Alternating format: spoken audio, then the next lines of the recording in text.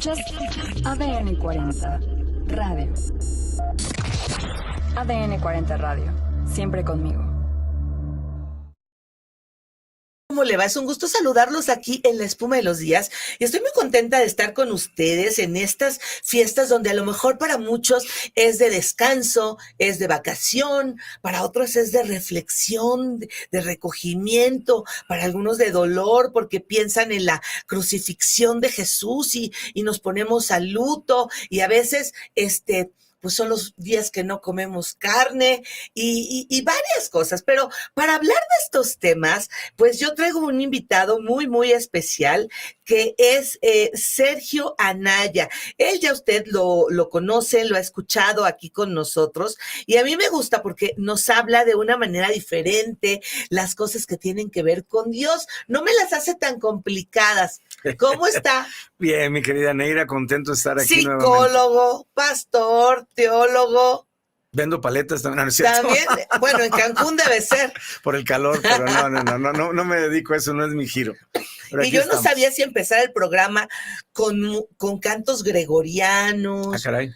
O si estar así muy, muy triste. ¿Cómo? No, mejor vamos enfocándonos en la parte buena, bueno, más bien en la parte positiva de la Semana Santa, ¿no? Pues es que yo veo a un Cristo crucificado y dígame cuál es la alegría que veo. Sí. Pero yo veo uno resucitado, ¿cómo ves? Es que ya vale spoiler. Ya vale spoiler. No, entonces, no, como en el Face, el Viernes Santo pongo, no lloren, está vivo. ¿No? Es verdad.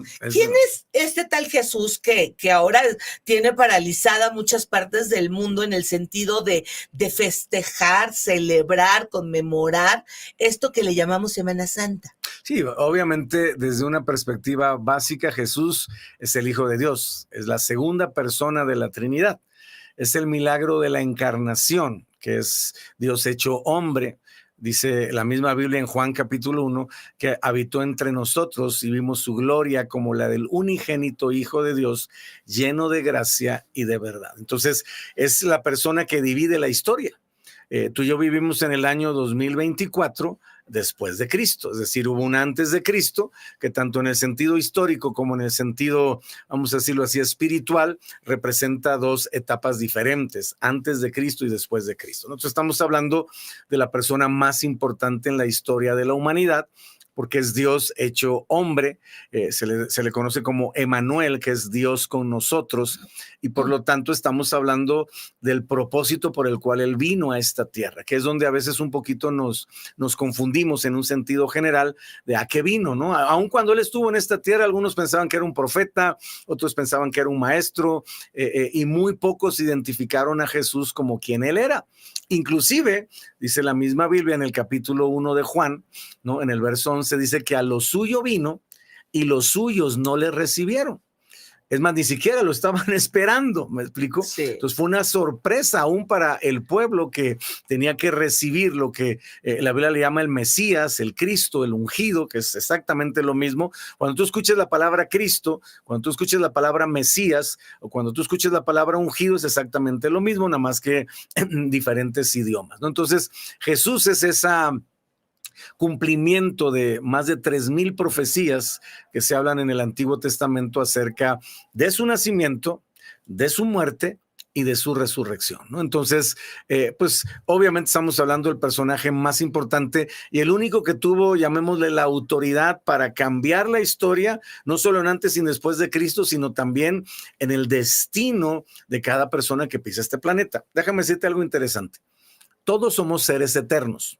Jesús, Neira, no vino a darnos eternidad como algunos piensan. Es que desde que vino Jesús ya somos eternos. No. Nosotros ya éramos eternos por diseño divino. Lo que Jesús vino a hacer es determinar dónde vamos a pasar la eternidad. Porque básicamente nada más hay de dos moles, diciéndolo de manera coloquial, en vida eterna o en muerte eterna. Antes de Cristo no podía haber una diferencia. Después de Cristo, ahora sí el hombre puede determinar dónde quiere pasar su eternidad, en vida eterna o en muerte eterna. La eternidad es algo que ya tenemos por diseño. El destino, en cuanto hacia dónde vamos en esa eternidad, sí está determinado, como dice la misma Biblia, hablando de Jesús, el que tiene al Hijo, tiene la vida, el que no tiene al Hijo, no tiene la vida. Así que, a grosso modo, eso podría ser la forma en que yo podría describirte quién es Jesús y la trascendencia que tiene su nacimiento, porque es un milagro, ¿no? Nunca antes se hizo y nunca más se volverá a hacer que Dios se haga hombre. Fue un evento único, históricamente registrado en este planeta hace más de 2000 años y obviamente es lo que se conoce como su primera venida. Ojo, no la única, porque Él va a volver a venir ya con otro propósito y otro objetivo.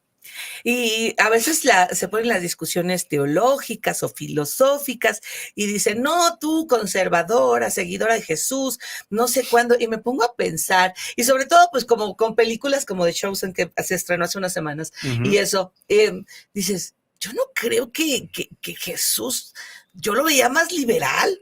¿Con quiénes se enfrentó? ¿Qué cosas vino a hacer? ¿Con quiénes se reunía? ¿No? ¿O cómo lo ve?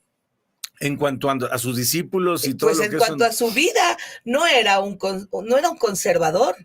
No, para su tiempo. Es que eso es lo padre. ¿Sabes qué pasa? Nosotros tenemos por naturaleza la tendencia a querer religiosar o religiosizar, si esa es la palabra correcta, o poner en un ámbito religioso todo lo que tiene que ver con Dios. Si nosotros lo analizamos, Neira, Jesús nunca habló de religión. Nunca, de ninguna. Ni de ningún color, de ningún sabor. Jesús habló de vida eterna. Jesús dijo lo siguiente, en el versículo 3 de Juan 17, el que dice, y esta es la vida eterna, que te conozcan a ti, al único Dios vivo y verdadero, y a Jesucristo a quien has enviado. Entonces, si lo analizas con un poquito más de profundidad, Jesús no solo no vino a hablar de religión, sino que vino a hablar de relación con Dios, porque lo que Él hizo es precisamente quitar ese abismo que había entre Dios y el hombre por causa de la naturaleza caída, por causa de lo que se conoce como pecado. Y nos cuesta mucho trabajo usar ese término, nos retorcemos como tlaconete con sal, ¿verdad? Cuando oímos el término pecado, no sé por qué nos cuesta tanto trabajo reconocerlo, pero es el término que la Biblia usa para referirse a aquel que se equivoca, que hierra. Y significa pecado es lo que nos aleja de Dios, ¿no? Sí, básicamente, no solamente como acción, sino como naturaleza, algo que obviamente viene en un sentido congénito, digamos, en el sentido espiritual. Entonces, Jesús vino a ser ese puente, ¿no? Ese mediador, dice la Biblia, entre Dios y los hombres, esa oportunidad de acercarnos nuevamente, confiadamente a Dios ante su trono de gracia y obviamente poder hallar esa misericordia, esa gracia y ese oportuno socorro que todos necesitamos diariamente para nuestras actividades. Entonces, ¿qué vino a hacer Jesús? Pues obviamente volver a abrir ese camino directamente para acercarnos a Dios de una manera libre de todo lo que sea una conciencia de pecado, de condenación y todo lo que eso representa. Entonces, Jesús fue una persona muy práctica. Jesús iba a las bodas, es más, su primer milagro lo hace en una boda, sí. ¿no? Jesús obviamente comía con de todo, con gente, llamémosle de dudosa reputación, como Zaqueo, que hasta se invitó a ir a su casa, comió en casa de Simón el fariseo, comió en casa de Lázaro y de sus hermanas, que también las hermanas, bueno, pues, o por lo menos una, María, pues decían que era de una profesión no exactamente lo más reconocida posible. En fin, personas, digamos, de alto nivel económico, personas de bajo nivel económico. Sí. Siempre vemos a Jesús con la gente. Ajá. Pero hay una característica que me gustaría mencionar. Siempre siendo de influencia para las personas. Así es. O sea, Jesús nunca fue influido por el entorno, lo cual es un buen reto para nosotros, sino que Él fue influencia para el entorno. Si se acercaba a María Magdalena, que la agarraban en pleno acto de adulterio, no solo no la condenaba, sino le decía, órale, yo tampoco te condeno, ve y no peques más, y la volvió una de sus más cercanas y fervientes seguidoras por todo lo que hizo en ella, ¿no? Entonces, siempre vemos a un Jesús restaurando, a un Jesús cambiando la vida de una persona, y obviamente eso es para mí notable, solamente hablando de los 3 años, que es curioso que él tuvo de ministerio, porque aunque Jesús vivió hasta los 33 años, solamente de los 30 a los 33 tuvo una vida pública. Todo lo demás, de alguna manera, fue como en el anonimato, una vida normal, digamos, privada, como cualquier persona en este planeta. Entonces, con 3 años, Jesús tuvo la capacidad de transformar completamente la humanidad y aún el destino eterno de cada habitante de este planeta. Y ahora que estamos en la llamada Semana Santa, donde recordamos el proceso pues de crucifixión, ¿no? de Jesús, muchas personas en el mundo hacen procesiones, hacen representaciones, no se recuerda. ¿Y cómo podemos hacer nosotros para tener pues este proceso, pero más allá de lo religioso, llámese de cualquier religión, ¿no? Sino más a nivel personal, que Jesús pueda, no sé, resucitarnos algo, crucificar algo, o que dejemos algo en la cruz, no sé, estoy pensándolo muy así, pero que este periodo de Semana Santa sea para nosotros diferente, independientemente si eres católico, si eres cristiano, si solo lo ves, si eres judío y solo lo ves como un acto de otras personas, pero ¿cómo podemos aprovecharlo y usarlo para lo que Jesús enseñó en nosotros? Y yo te diría, yo creo que lo ideal es quitarle un poquito el aspecto ritual y volverlo más en el aspecto devocional. Déjame aterrizo lo que te estoy diciendo. En el aspecto ritual solamente es hacer literalmente un rito, o sea, seguir una tradición, voy aquí, voy allá, hago esto, pero no tiene una injerencia realmente en mi conducta, en mi manera de vivir, en mi orden de prioridades. Es un poquito, si somos sinceros, como querer calmar lo que pensamos muchas veces que es la ira de un Dios, porque la mayoría de las personas parten sobre la idea de que Dios está enojado con ellos. La mayoría de las personas tienen miedo de acercarse a Dios. Es muy raro una persona que se siente confiada en acercarse a Dios. Por eso tenemos muchas alternativas ritualistas, ¿verdad? Porque sentimos inconscientemente o inherentemente una culpabilidad. Porque conocemos, vamos a decirlo así, el animal por dentro, ¿no? O sea, sabemos cómo funcionamos, cuáles son nuestras intenciones, a veces nuestros pensamientos y muchas veces también nuestras acciones, ¿no? Entonces, esa misma condición o naturaleza, por tendencia nos hace como que no querer acercarnos a Dios, ¿no? Creo que si me acerco a Dios, Dios me va a juzgar. Creo que si me acerco a Dios, Dios me va a retribuir maldad. Creo que si me acerco a Dios, Dios me va a condenar. Entonces mejor hago cosas para Él.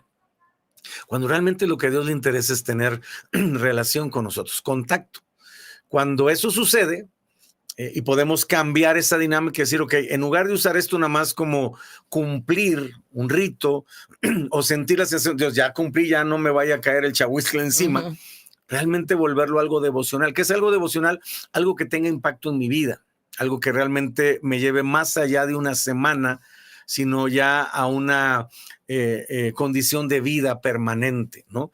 Es decir, aprender a tener una relación personal con Dios de manera muy sencilla, acercándome a platicar con Él todos los días, poniéndole lo que hay en mi vida en este momento, cuáles son mis expectativas, cuáles son mis sueños, mis metas, cuáles son de alguna manera mis retos de las cosas que tengo que vencer, mis áreas de oportunidad, empezar a desarrollar una comunión, que es una institución que Dios creó, una comunión con Dios a través precisamente de lo que estamos celebrando en esta Semana Santa, que es el sacrificio de Cristo Jesús en la cruz del Calvario, que básicamente es morir por nuestros pecados, ¿no? Entonces, eso se le llama sacrificio sustitutorio. O sea, lo que yo debía haber vivido por causa de mi condición, Jesús lo pagó. Y obviamente Él pagó el precio que nunca hubiéramos nosotros podido pagar para ser libres de esa condenación en lo que eso representa. Entonces, mi consejo sería, vamos a aprovechar esa condición que hoy tenemos, no por lo que nosotros hicimos, sino por lo que Jesús hizo por nosotros. Y démosle un sentido de beneficio a decir, ok, entonces ahora sí me puedo acercar a Dios, ahora sí puedo hablar con Él. Y hay un elemento que muchas veces la gente inhibe mucho, que es alimentar su espíritu. La gente piensa que alimentamos el espíritu de forma metafísica o mística, cuando la realidad de la Escritura es muy simple. Alimentamos nuestro espíritu con la palabra de Dios. No solo de pan vive el hombre, sino de toda palabra que sale de la boca de Dios. Y ahí, conforme a la etapa, mi querida Neira, soy una persona que está empezando lo espiritual, me echo lechita espiritual, empiezo por lo básico. No me voy a reventar Apocalipsis que me voy a pegar una confundida de miedo. Estoy ya en un tiempo de pan, pues ya le atoro al pan. Estoy en un tiempo un poquito más maduro, ya más adiestrado en los sentidos espirituales. Ahora le entro al alimento sólido, ¿no? Como un proceso de vida natural, pero ahora aplicado en la vida espiritual, ¿no? Un bebé espiritual, pues es papilla, es cosas muy simples. Alguien ya que entra en otra etapa, pues ya entra otro tipo de alimento. Y entonces empezar, repito, y con esto termino mi comentario, a no solamente ver el sacrificio de Jesús como un evento, sino como un punto de partida para acercarme a Dios. Y ahora sí, aprovechar ese sacrificio para que tenga un beneficio mi relación con Dios, donde pueda tener yo comunión con Él a través de platicar con Él, alimentarme de Él y conocer más de Él. Y antes de despedirnos, quiero cerrar con la parte de que, bueno, vemos todas las películas que ahorita están pasando en la tele, ¿no? Pues los latigazos, el viacrucis, la crucifixión y los personajes que estaban. Sin embargo, a mí me llama la atención la última parte, que a veces nos centramos más en la crucifixión, por supuesto, ¿no? Que es, sino en la resurrección. Uh-huh. No creemos que hay un Dios vivo. O sea, pues no quedó en la cruz. ¿Es correcto? ¿Cómo le decimos a la gente que nos escucha que está bien recordar todo, ver, porque pues es el sacrificio, es lo que hizo y todo, sin embargo, que vive? Ahí te va. Déjame, si me permites, meterme un poquito en la parte teológica de lo que es la obra de Cristo. En la parte teológica de la obra de Cristo, el morir en la cruz del Calvario representa que nosotros morimos a los pecados. Ya no estamos en condenación por los pecados, somos limpiados de los pecados, obviamente librados del efecto. La paga del pecado es muerte, mas el regalo de Dios es vida eterna en Cristo Jesús. Entonces, enfocarnos en la crucifixión está bien en cuanto a que representa entender dónde se pagó el precio. Uh-huh. Pero la resurrección es la que nos habilita para tener vida eterna. Si Jesucristo solamente hubiera muerto por nuestros pecados y no hubiera resucitado, nosotros somos libres de nuestros pecados, pero cuando muramos en esta tierra se acabó el asunto. Bye bye. ¿Me explico? Entonces la resurrección, o mejor dicho, el poder de la resurrección es la que nos habilita para saber que tú y yo, después de morir en esta tierra, tenemos vida eterna. Viene una eternidad con Dios. Entonces, por eso son dos partes. Crucifixión representa, como dijo Jesús, consumado es decir, ya el precio se llama propiciación. Es un sacrificio acepto para quitar la ira. Ya no hay ira de Dios, ya Dios no está enojado conmigo, ya soy libre de la condenación, el juicio, la maldición se van. Entonces, pero la resurrección de Jesús, por eso Él es el primogénito entre muchos. Representa el primero que resucita de entre los muertos para llegar al Padre. Y es como el caminito de que sigue para nosotros. Si Él no hubiera resucitado, yo estoy libre de mis pecados, pero mi vida se acaba en esta tierra, ¿no? Pero al Él haber resucitado, es la garantía, es las arras, dice la Biblia, o el enganche de lo que va a ser, en nuestro caso, también la resurrección, ya un cuerpo diferente, ya no este cuerpo físico que se queda aquí. Lo que es del polvo, al polvo volverá. Pero tenemos un cuerpo glorificado, que es un cuerpo donde la vida ya no está en la sangre, sino en el espíritu, que es el que nos va a llevar a la eternidad con Dios y obviamente a vivir el mismo proceso que vivió Jesucristo, y ese es el poder de la resurrección. Es el Espíritu Santo resucitando a Jesús y diciendo, así como resucité a Jesús, así te voy a resucitar a ti también. Pero como tú te identificaste con el sacrificio de Cristo y obviamente te limpiaste todo lo que fueron tus pecados, bueno, entonces la eternidad la vas a pasar en vida eterna con Dios. Ese es el aspecto completo. Y antes de irnos, quiero que nos dé algún tip. Si queremos o darle chance, ¿qué es eso de Jesús? O dar chance a nosotros mismos de que resucite algo que creíamos muerto en nosotros. ¿Cómo podemos hacer para tener a Jesús en nuestro corazón? ¿Qué hay que hacer? ¿Tengo que estudiar mucho, meterme en un curso de teología? ¿O qué le podemos hacer? Estamos tan lejos o tan cerca, Neira, de una decisión. Ajá. La Biblia es muy clara sobre Dios pone delante de nosotros la vida y la muerte, el camino del bien y del mal. Y nos dice, escoge, ¿no? Hay un camino ancho, dijo Jesús, que lleva a la perdición, y hay un camino angosto que lleva a la salvación. Y ese camino angosto se activa cuando una persona decide hacer dos cosas: reconocer su condición sin Dios, que es obviamente de pecador, pedirle perdón a Dios por esa condición, arrepentirse de esa condición, y ahora sí, aceptar y recibir a Jesús como Señor y Salvador. no solamente como Salvador, sino como Señor. ¿Qué significa eso? Lo que dice en un verso te lo resumo, ¿no? Yo te había mencionado que dice la Biblia, lo suyo vino y los suyos no le recibieron, pero a los que le recibieron, a los que creen en su nombre, Dios les da autoridad de ser hechos hijos de Dios. Entonces, pasamos literalmente una condición donde todo lo que hizo Jesús ya tiene efecto en mí. ¿Cómo? A través de una confesión, ¿no? ¿Cómo es? Si confiesas con tu boca que Jesús es el Señor y creyeres en tu corazón que Dios le levantó de los muertos, dice la palabra de Dios, serás salvo. Entonces, una confesión tan sencilla como: Dios, hoy reconozco mi condición sin ti de pecador, me arrepiento de esa condición, ya no quiero vivir conforme a ella y te pido en este momento que me permitas recibir a Jesús como Señor y Salvador de mi vida. Acepto ese sacrificio perfecto que Él hizo por mí en la cruz del Calvario y reconozco que en ese sacrificio ahora yo tengo vida eterna. Y ¡pum! Ahí activamos lo que dice la Biblia, la ley del Espíritu de vida en Cristo Jesús, que ahora opera en nosotros para vida eterna. Pues espero tenerlo pronto, que se dé otro paseo por acá por la Ciudad de México, porque hay muchos temas que podamos ver. Yo le agradezco mucho y ya escuchó. Así, si cree, hágalo. Y si no cree, pues hágalo también. Chance y Dios mueve ahí en el corazón y pues alguna sorpresa nos encontraremos, seguro, ¿verdad? Sí, y entonces disfruten los que están descansando, porque pues viene una jornada larga, vienen elecciones, vienen muchas cosas y bueno, pues ya saben, me despido. De la abundancia del corazón, habla la boca.